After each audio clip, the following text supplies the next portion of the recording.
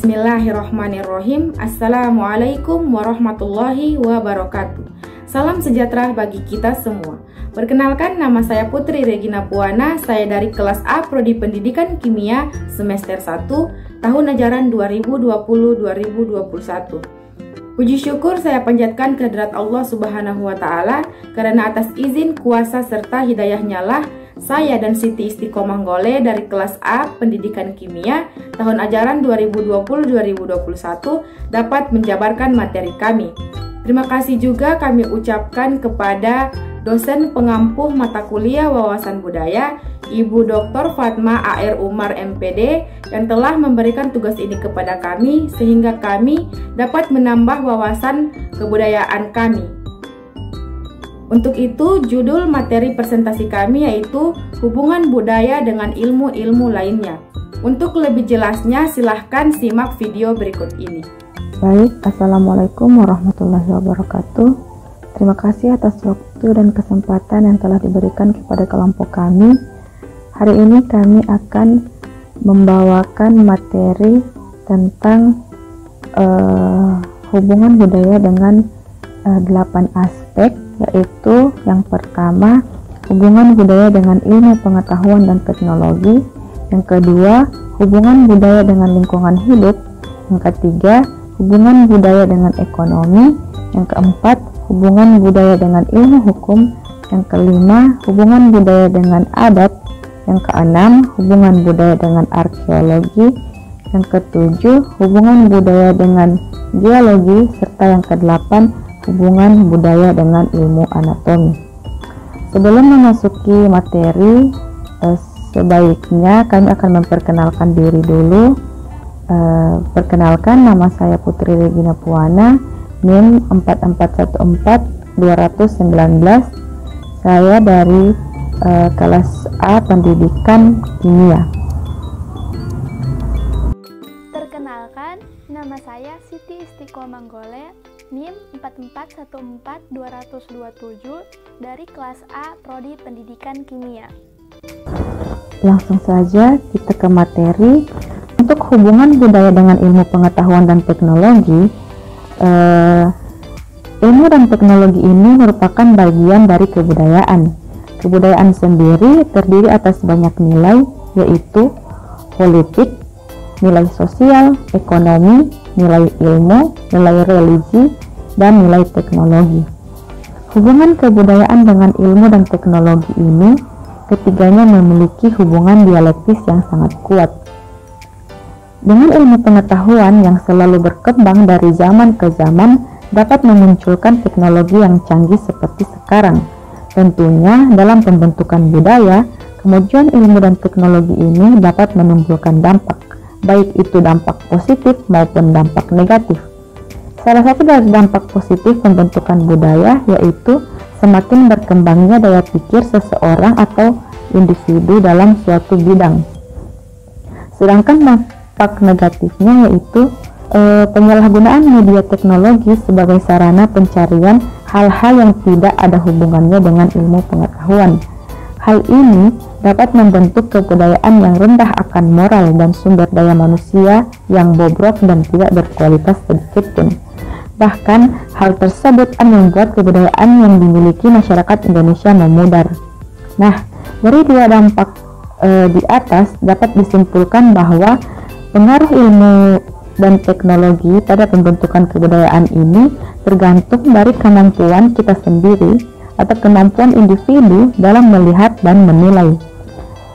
Dampak dari kemajuan ilmu pengetahuan dan teknologi yang ditimbulkan pada diri sendiri maupun dalam masyarakat. Tata nilai budaya suatu masyarakat merupakan landasan penentu kemampuan masyarakat dalam berilmu pengetahuan dan berteknologi. Nah, tentunya ini memiliki ciri-ciri penting yang termaksud dalam tata nilai budaya masyarakat yang mendukung kesuburan dan pembangunan kemampuan ilmu pengetahuan dan teknologi. Beberapa di antaranya adalah yang pertama, menyenangi dan menghargai upaya untuk memperoleh kejelasan akan fenomena-fenomena yang dijumpai dalam kehidupan kesehariannya. Yang kedua, menyenangi dan menghargai upaya-upaya memanfaatkan pengetahuan yang dimiliki untuk membentuk sistem-sistem yang baru yang belum pernah ada. Dan yang ketiga, memiliki patokan-patokan yang mampu membedakan dan memilih upaya-upaya ilmiah dan teknologis yang membawa kepada terwujudnya tata kehidupan yang lebih baik. Dan yang terakhir, yaitu memiliki patokan-patokan yang memungkinkan terwujudnya hubungan sosial yang lebih terbuka serta mengendalikan pertumbuhan dari institusi-institusi yang tidak mempunyai daya tanggap terhadap isyarat-isyarat lingkungannya. Nah, yang kedua yaitu hubungan budaya dengan lingkungan hidup. Nah, selama berabad-abad lamanya, hubungan antara masyarakat adat dan lingkungannya ini sebenarnya telah terkikis dengan hilangnya kepemilikan wilayah atau dipaksa pindah dari wilayah tradisional dan lokasi-lokasi penting mereka. Hak tanah, tata guna lahan, dan pengelolaan sumber daya tetap merupakan masalah-masalah kritis bagi masyarakat adat di seluruh dunia. Begitupun dengan Indonesia. Proyek-proyek pembangunan, penambangan, kegiatan-kegiatan kehutanan, dan program-program pertanian sekarang ini terus-menerus menyingkirkan masyarakat adat, dan kerusakan lingkungan yang terjadi sangat besar. Contohnya seperti tumbuhan-tumbuhan dan berbagai jenis satwa menjadi punah atau terancam punah, dan ekosistem-ekosistem unik telah hancur. Kemudian sungai dan tangkapan air lainnya telah terpolusi berat. Berbagai varietas tanaman-tanaman komersil telah menggantikan varietas-varietas lokal yang digunakan dalam sistem pertanian tradisional, yang mengakibatnya peningkatan metode pertanian industrial. Kemudian, para tatanan masyarakat Indonesia, khususnya di masyarakat Dayak itu, memiliki hubungan erat antara lingkungan dan budaya menyangkut masyarakat adat sangat jelas terlihat. Contohnya seperti penghargaan masyarakat terhadap tradisi yang berkaitan dengan berladang. Pada tahapan berladang ini sangat jelas terlihat bahwa adat dan tradisional begitu sangat dijunjung tinggi. Setiap memulai dan mengakhiri kegiatan selalu memakai simbol-simbol adat tradisional sebagai patokan penghargaan terhadap budaya atau adat dan tradisi serta lingkungannya.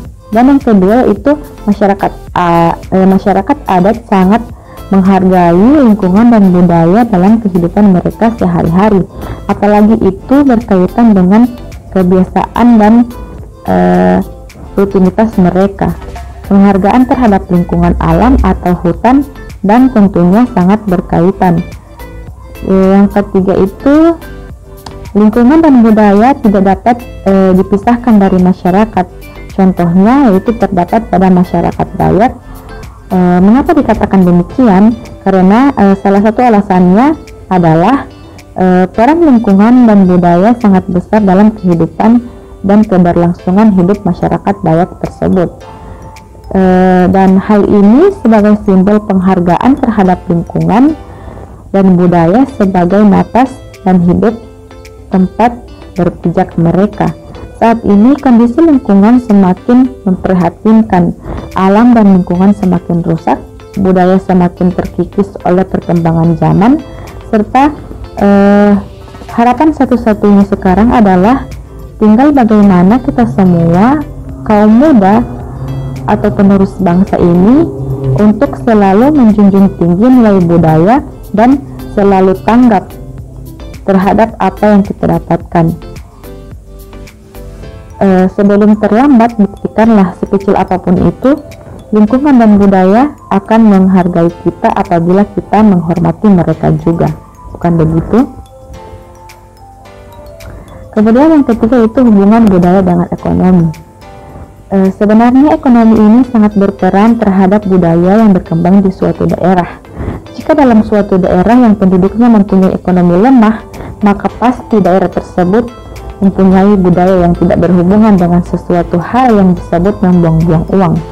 Sebagai contoh adalah sebuah budaya gotong royong. Budaya gotong royong ini adalah ketika di mana ada seseorang yang membutuhkan bantuan, maka maka akan ada orang lain atau ada masyarakat yang akan membantu orang tersebut tanpa adanya bayaran yang dikhususkan kepada masyarakat yang membantu. Budaya yang seperti inilah yang biasanya terdapat di daerah pedesaan seperti daerah yang saya tinggali sekarang ini. Contohnya salah satunya adalah di kompleks tempat saya tinggal ini ada keluarga yang akan membuat hajatan. Nah, maka semua tetangga-tetangga yang ada di kompleks rumah saya itu semuanya datang untuk membantu keluarga yang membuat hajatan tersebut untuk mempersiapkan semua yang akan diperlukan dalam hajatan. Tentunya ini dilakukan walaupun mereka belum diminta untuk membantu. Hal ini sudah terjadi sejak lama. Inilah salah satu yang dimaksud dengan budaya gotong royong. Hal seperti ini hanya terdapat di pedesaan saja. Kalau di daerah perkotaan, menurut saya pasti yang seperti ini sudah ada nilai ekonominya. Kemudian contoh yang kedua itu saat ini di tempat saya tinggal itu sedang mengadakan pembangunan musola. Nah, dalam pembangunan musola ini semua masyarakat yang berada di sekitar lingkungan saya yang ada di satu kompleks lingkungan saya ini memberikan bantuan, apakah itu dalam bentuk materi atau dalam bentuk usaha, dalam bentuk tenaga atau bantuan, itu diberikan oleh masyarakat yang ada di sekitar sini sebagai bentuk rasa keberadaan mereka berada di tempat ini, dan itu termaksud dalam budaya gotong royong yang saya maksud tadi. Nah, dari keadaan seperti ini dapat disimpulkan bahwa ekonomi di suatu daerah dapat berpengaruh pada budaya yang telah berkembang di daerah tersebut. Kemudian yang terakhir yaitu hubungan budaya dengan hukum. Hukum sangat berkaitan erat dengan kebudayaan. Nyatanya seperti itu. Hukum sendiri merupakan produk kebudayaan karena sejatinya produk hukum adalah produk ciptaan manusia itu sendiri. Dalam studi hukum dikenal struktur hukum, substansi hukum, dan budaya hukum. Hukum diciptakan memiliki karakteristik yang berbeda-beda dari suatu daerah ke daerah lainnya sesuai dengan kebudayaan setempat.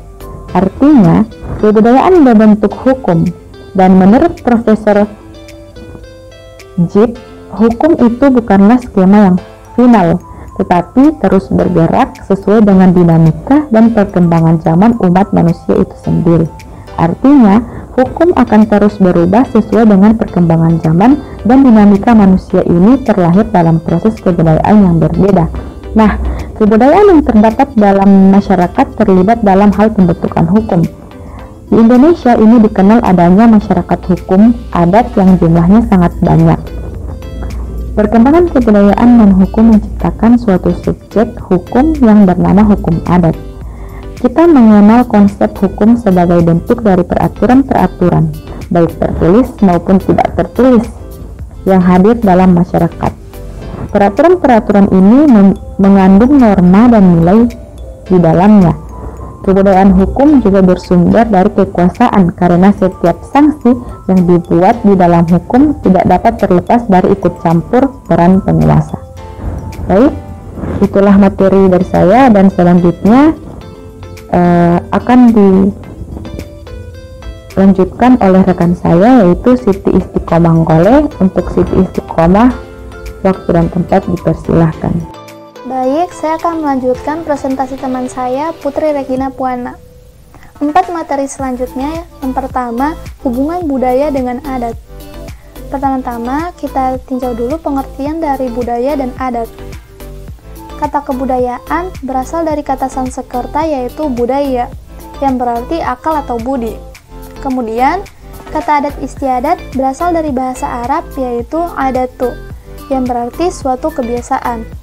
Jadi, adat istiadat dapat diartikan sebagai perbuatan yang dilakukan berulang-ulang dan menjadi suatu kebiasaan yang tetap yang dihormati oleh orang-orang dalam suatu lingkungan tertentu di mana adat istiadat tersebut berlaku. Profesor Koja-Ningrat menyebutkan kebudayaan itu mempunyai 3 wujud. Yang pertama, wujud ideal, yaitu suatu kompleks dari ide-ide termasuk gagasan, cita-cita, pandangan hidup nilai budaya, norma-norma, dan hukum. Kemudian yang kedua ada wujud aktivitas, yaitu sistem sosial yang terdiri dari aktivitas manusia yang berinteraksi.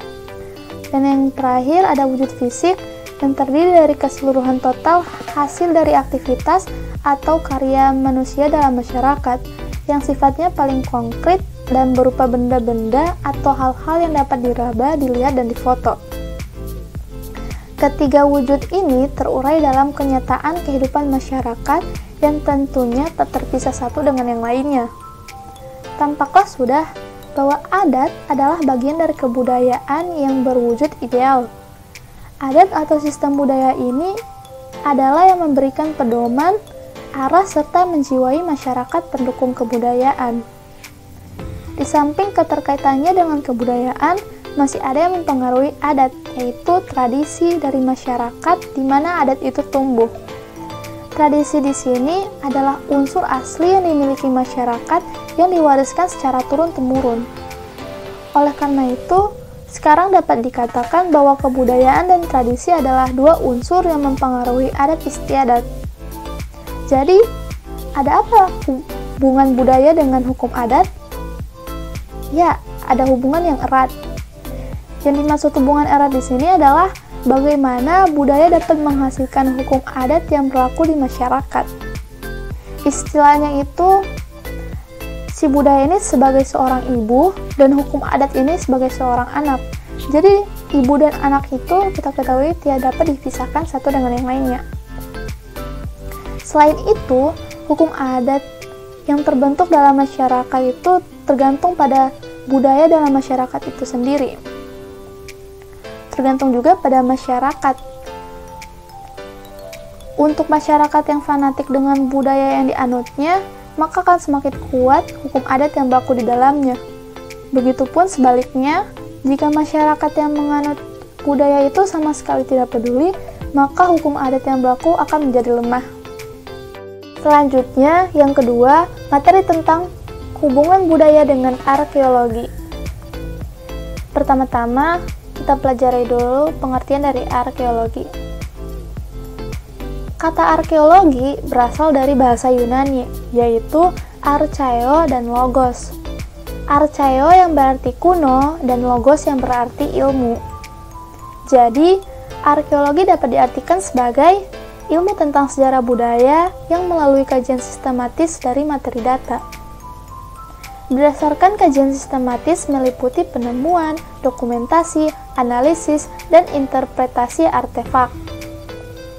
Secara khusus, arkeologi itu mempelajari budaya yang ada di masa lampau, baik dalam prasejarah atau sebelum sejarah, yaitu tulisannya belum dikenal, serta dalam periode sejarah atau tulisannya itu ada bukti tertulis.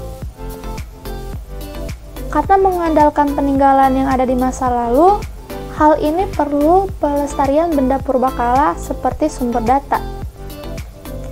Kita dapat melihat data-datanya secara langsung di museum yang sudah ada di Indonesia. Contohnya, Museum Nasional Indonesia yang berlokasi di Jakarta Pusat. Adapun contoh arkeologi seperti budaya material, yaitu kapak batu dan kuil-kuil. Ada juga ekofak, yaitu benda lingkungan seperti batuan, tanah halus, dan fosil, serta fitur, yaitu artifaktual yang tidak dapat bergeser dari tempatnya. Contoh lainnya, sebuah artefak yang ditemukan di situs Pati Ayam, diantaranya itu ada alat tulang yang diduga digunakan manusia jenis Homo erectus untuk mencari umbi-umbian.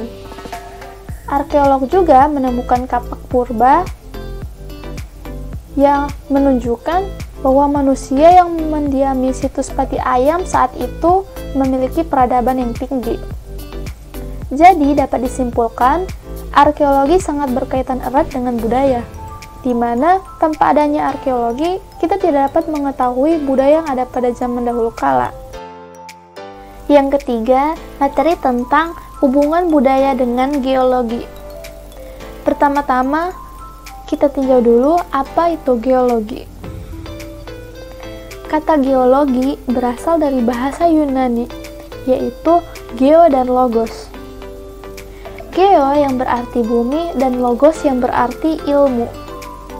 Jadi, geologi dapat diartikan sebagai ilmu sains yang mempelajari tentang bumi, komposisinya, struktur, sifat-sifat fisik, sejarah, dan proses yang membentuknya. Geologi adalah pengetahuan bumi yang menyelidiki lapisan-lapisan batuan yang ada dalam kerak bumi. Di dalam kerak bumi terdapat bermacam-macam batuan. Selain itu, geologi berarti pengetahuan yang mempelajari sejarah perkembangan bumi serta makhluk yang pernah ada dan hidup di permukaan bumi. Proses pembentukan bumi itu sendiri membutuhkan waktu yang lama, sampai berjuta-juta tahun. Sehingga untuk mempelajarinya harus berdasarkan sejarah. Salah satu fenomena geologi yang pernah tercatat yaitu gunung api raksasa atau supervolcano yang meletus sekitar 74.000 tahun yang lalu. Hal ini telah menyebabkan berubahnya evolusi manusia purba atau pendahulu manusia sekarang. Demikian pula letusan gunung-gunung lainnya yang tercatat dalam era manusia modern telah mendasari pemunculan inovasi dan pola-pola baru penyesuaian di berbagai bidang kehidupan, baik itu perubahan iklim, teknologi, kesehatan, ekonomi, hingga ke sosial budaya. Contoh di atas dapat kita ketahui karena telah dicatat oleh sejarah. Dalam Undang-Undang Nomor 26 Tahun 2007 tentang penataan ruang, Pasal 5 Ayat 2, dalam ayat tersebut dijelaskan bahwa penataan ruang berdasarkan fungsi utama kawasan yang terdiri atas kawasan lindung dan kawasan budaya. Mari kita simak kawasan budaya. Kawasan budaya adalah wilayah yang ditetapkan dengan fungsi utama untuk dibudidayakan atas dasar kondisi dan potensi sumber daya alam, sumber daya manusia, dan sumber daya buatan. Contohnya dalam pembuatan geopark bawah laut Teluk Prialaut. Hal ini tidak hanya mengandalkan kumpulan fenomena geologi yang unik dan menarik saja, namun secara keseluruhan mencakup juga tatanan sejarah geologi, tatanan alam biologi, dan warisan budaya lokal atau cultural heritage. Sehingga upaya untuk menata dan mengelola kawasan ini sebagai kawasan geopark akan lebih mudah diwujudkan. Dengan menggunakan warisan budaya, orang-orang akan semakin tertarik untuk mendatanginya. Warisan budaya ini merupakan sesuatu yang menarik, yang unik. Hal ini yang membuat para wisatawan menjadi penasaran dan banyak berkunjung ke Indonesia. Salah satu contohnya yaitu wisata yang ada di Tanah Toraja, Sulawesi Selatan. Wisata yang disuguhkan oleh suku Toraja ini adalah tempat bernuansa mistis. Kata mistis di sini berarti hal yang unik yang tidak dapat ditemukan di tempat lain. Bagaimana tidak, pemakaman di Toraja yang unik ini menjadi daya tarik tersendiri untuk para wisatawan.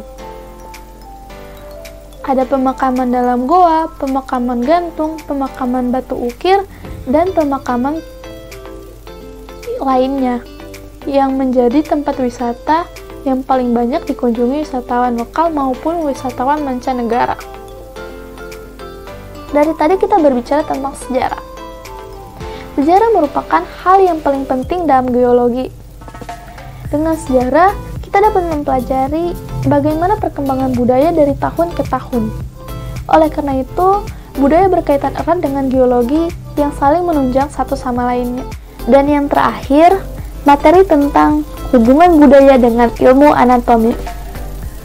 Pertama-tama, kita tinjau terlebih dahulu apa itu anatomi.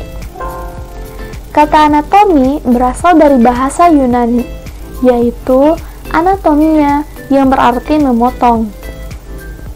Jadi, dapat disimpulkan, anatomi adalah cabang dari biologi yang berhubungan dengan struktur dan organisasi dari makhluk hidup. Ilmu anatomi ini sangat berperan penting dalam kehidupan manusia. Kenapa? Karena ilmu anatomi secara detail mengkaji tentang fisik manusia. Fisik di sini berarti yang kita dapat lihat dengan mata kita sendiri. Sehingga kita dapat mempelajari ciri dari kerangka manusia, bagian tubuh manusia, hingga bagian tengkorak manusia. Hal ini bertujuan untuk mengetahui dari mana asal mula dan penyebaran manusia itu berawal, hingga hubungan-hubungan dari berbagai ras yang ada di dunia. Apa itu ras? Ras merupakan pengelompokan manusia berdasarkan ciri-ciri fisik atau biologis individu yang di dalamnya terdapat kesamaan dan diwariskan secara turun-temurun. Dengan ilmu anatomi, kita dapat melihat hubungan ras yang satu dengan yang lainnya. Nah, kita ketahui kan setiap ras itu mempunyai ciri-ciri fisik yang berbeda-beda. Contohnya, ada ras Mongoloid, yaitu ras dengan kulit berwarna kuning.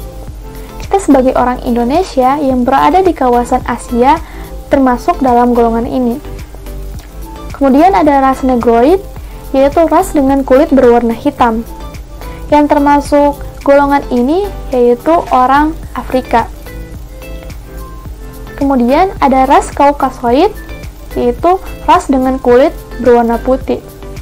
Yang termasuk golongan ini yaitu orang Eropa. Sebuah studi kasus, biasanya orang Indonesia jika melihat orang yang bermata sipit, mata sipit ini merupakan ciri dari ras Mongoloid. Kita langsung mengatakan, dia orang Cina. Padahal, dia belum tentu orang Cina. Tapi, dia kemungkinan keturunan dari orang Cina. Dilihat dari orang tuanya ataupun kakek neneknya. Jadi, dapat disimpulkan budaya itu berkaitan erat dengan ilmu anatomi yang saling menunjang satu sama lainnya. Karena budaya dari ras yang satu dengan yang lainnya itu berbeda-beda. Jadi terdapat berbagai macam budaya yang dihasilkan dari masing-masing ras. Sekian materi presentasi dari kelompok kami. Lebih dan kurangnya mohon dimaafkan. Terima kasih telah menonton video ini. Semoga video ini dapat bermanfaat bagi teman-teman sekalian. Wabillahi taufiq wal hidayah. Wassalamualaikum warahmatullahi wabarakatuh.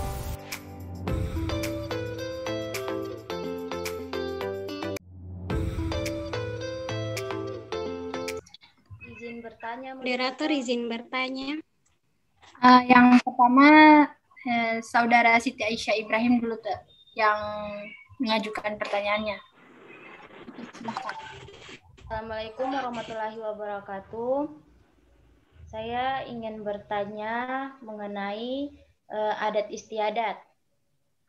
Seperti yang disampaikan materi tadi, adat istiadat itu memiliki aturan khusus yang bersifat mengikat warganya dalam suatu masalah. Berikan contoh dari adat istiadat yang memikat itu. Terima kasih. Kepada pemateri, apakah pertanyaannya itu ditampung dulu atau langsung dijawab? Bisa langsung dijawab. Bisa langsung dijawab, moderator. Izin menjawab, moderator. Izin menjawab, moderator. Contohnya, contoh peraturan yang bersifat mengikat di suatu daerah. Setiap daerah yang ada di Indonesia pastinya melarang perempuan dan laki-laki tinggal dalam suatu rumah jika tidak mempunyai hubungan darah atau belum menikah. Hal ini dilakukan untuk mencegah adanya fitnah mengenai perzinahan. Kemudian di daerah Gorontalo sendiri adanya adat dutu atau antar harta. Jika laki-laki memang mencintai perempuan, jadi dia memang betul-betul melaksanakan adat tersebut. Kalau tidak, pernikahan itu tidak sah. Kemudian contoh yang terakhir, di Gorontalo sendiri pembagian harta pasti ini sangat risih ya. Tapi di Gorontalo sendiri sudah ada ketentuannya yang tidak bisa diganggu gugat lagi. Itu memang sudah aturan khusus dari para adat-adat dahulu. Terima kasih. Saya kembalikan kepada moderator. Baik, itulah tadi jawaban dari pemateri. Dan kepada penanya Siti Aisyah Ibrahim, apakah jelas atau ada tanggapan lain? Terima kasih untuk pemateri atas jawabannya yang sangat baik dan dapat diterima. Baik, selanjutnya saya beri kesempatan kepada Siti Fadila Muhtar Amu untuk memberikan pertanyaannya. Baik, saya ingin memberikan pertanyaan pada kelompok 4, yaitu bagaimana tips untuk kaum muda tidak terpengaruh budaya asing. Apakah sudah jelas pertanyaannya, pemateri? Ya, sudah jelas, moderator. Langsung dijawab saja. Iya, langsung dijawab. Ya, langsung dijawab. Nah, baik.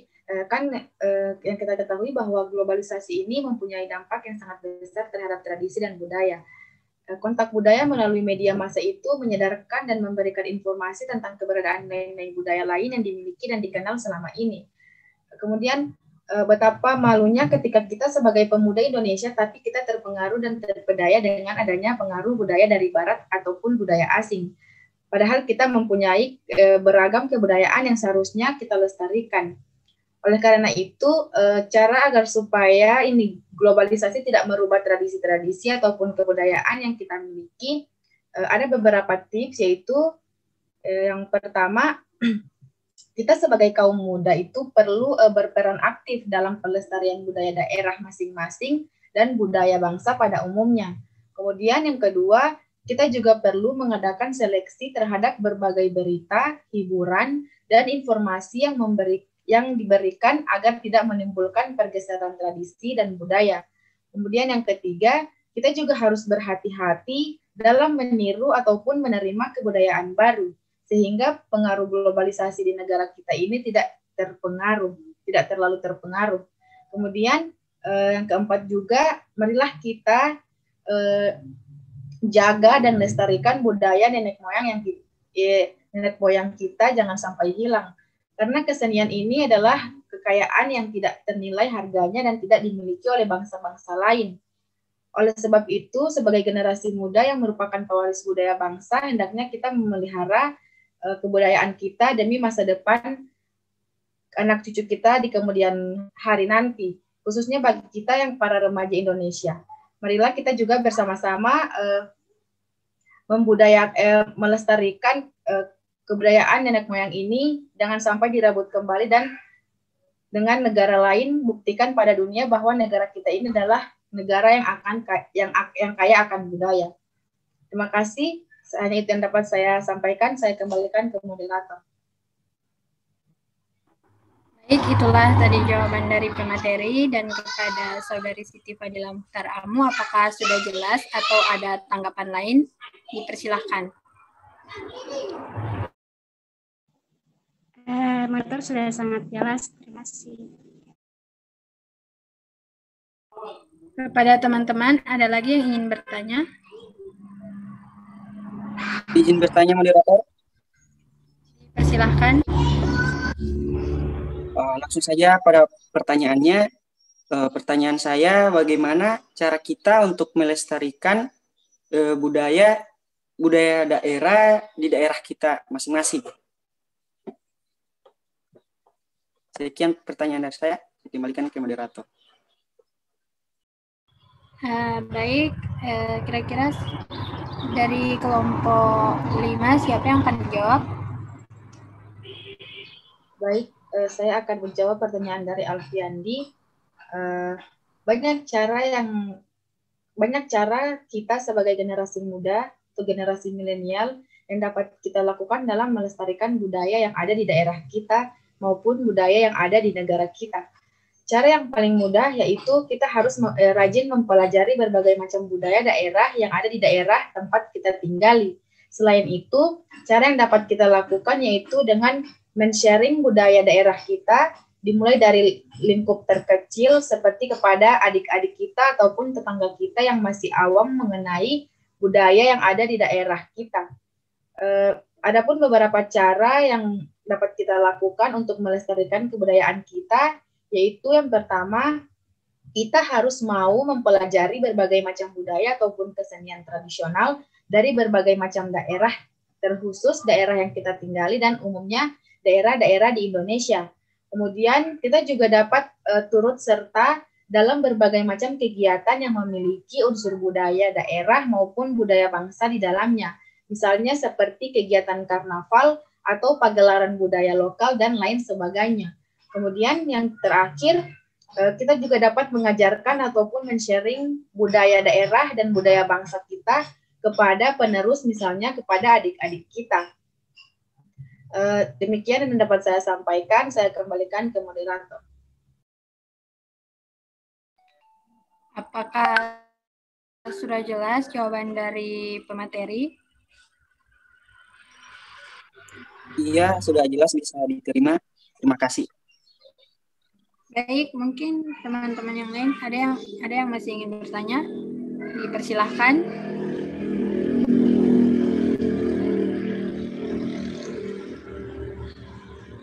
Jika sudah tidak ada, maka berakhirlah presentasi kita pada hari ini. Apabila ada salah kata, saya mohon maaf. Wassalamualaikum warahmatullahi wabarakatuh. Waalaikumsalam warahmatullahi wabarakatuh.